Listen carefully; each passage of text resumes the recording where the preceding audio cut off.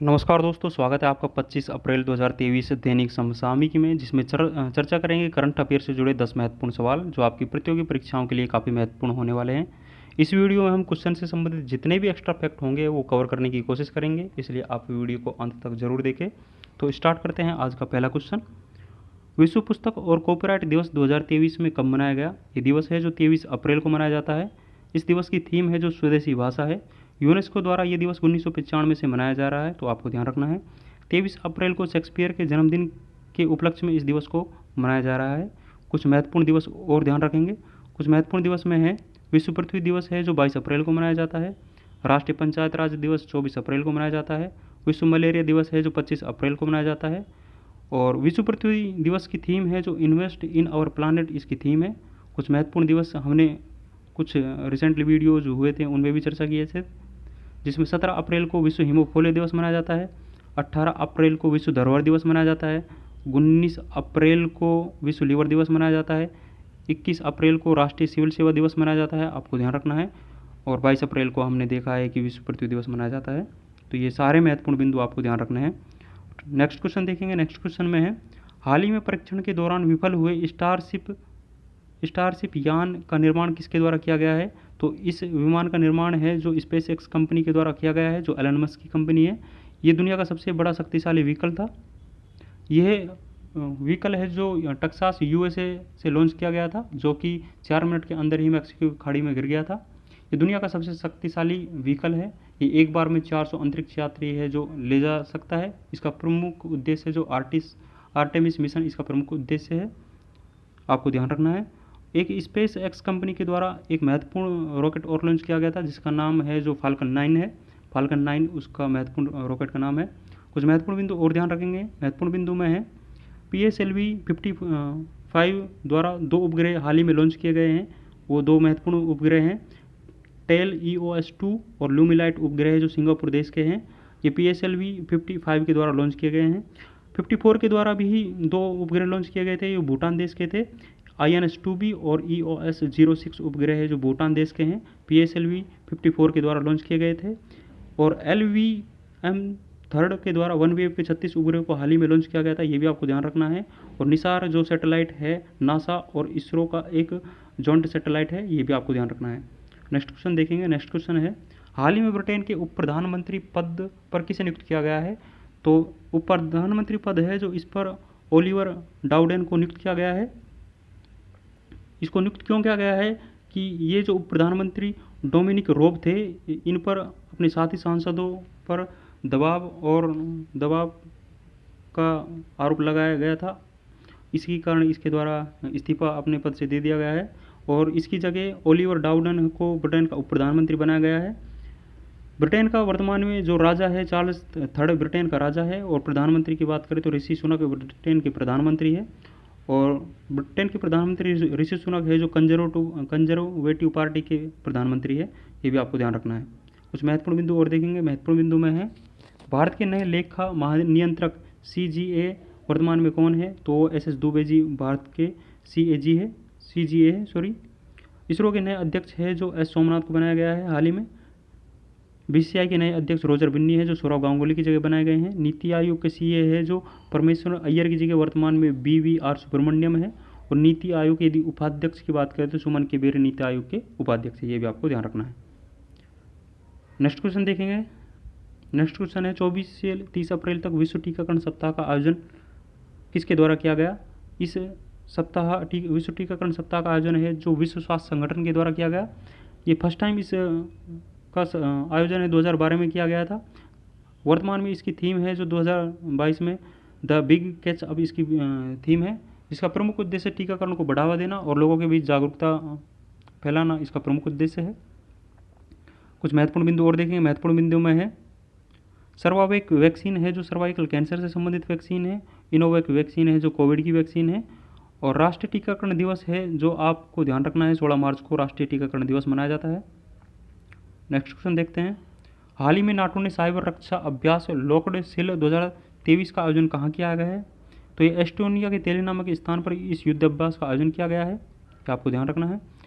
और बात करें तो ये है जो विश्व का सबसे बड़ा साइबर युद्ध अभ्यास है जो नाटो के द्वारा किया गया है। नाटो की स्थापना है जो 1949 में की जाती है, 31 सदस्य देश है, और इसका हेडक्वार्टर है जो ब्रुसेल्स बेल्जियम में इसका हेडक्वार्टर है, ये भी आपको ध्यान रखना है। कुछ महत्वपूर्ण बिंदु और देखेंगे। महत्वपूर्ण बिंदु में कुछ महत्वपूर्ण युद्धाभ्यास है, जैसे कवच सैन्य युद्धाभ्यास है जो अंडमान निकोबार द्वीप समूह में आयोजित किया गया। कोप इंडिया है जो भारत और यूएसए के मध्य में आयोजित किया जाता है।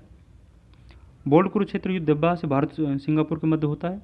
डस्टलेक युद्धाभ्यास है जो भारत और उज्बेकिस्तान के मध्य में होता है, ये भी आपको ध्यान रखना है। नेक्स्ट क्वेश्चन देखते हैं। नेक्स्ट क्वेश्चन में है IGGL की एशिया की सबसे बड़ी अंडर हाइड्रोकार्बन पाइपलाइन प्रोजेक्ट का संबंध किससे है? ये पाइपलाइन है जो ब्रह्मपुत्र नदी के असम में स्थापित की गई है, जिसकी लंबाई है जो 4080 मीटर है, और इसका व्यास की बात करें तो 24 मीटर इसका व्यास है, ये भी आपको ध्यान रखना है।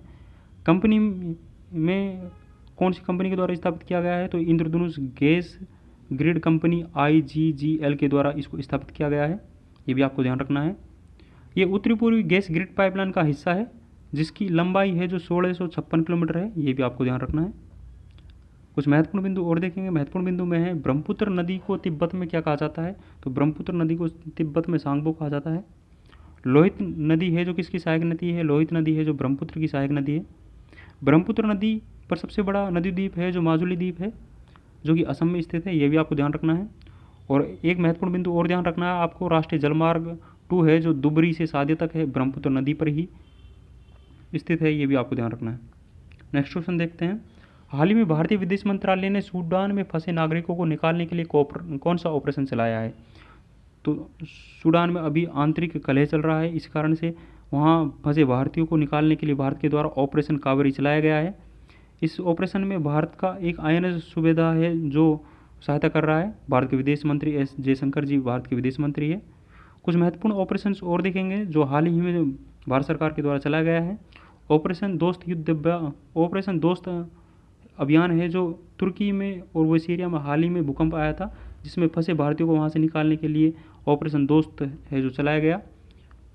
ऑपरेशन गंगा है जो यूक्रेन और रूस के मध्य में जब आंतरिक संघर्ष चल रहा था, युद्ध चल रहा था, तो ऑपरेशन गंगा के तहत यूक्रेन में फंसे भारतीयों को निकालने के लिए ऑपरेशन चलाया गया। ऑपरेशन देव शक्ति है जो अफगानिस्तान में चलाया गया, और ऑपरेशन मेघदूत है जो सियाचिन में भारतीय सेना के द्वारा 1984 में चलाया गया, ये भी आपको ध्यान रखना है।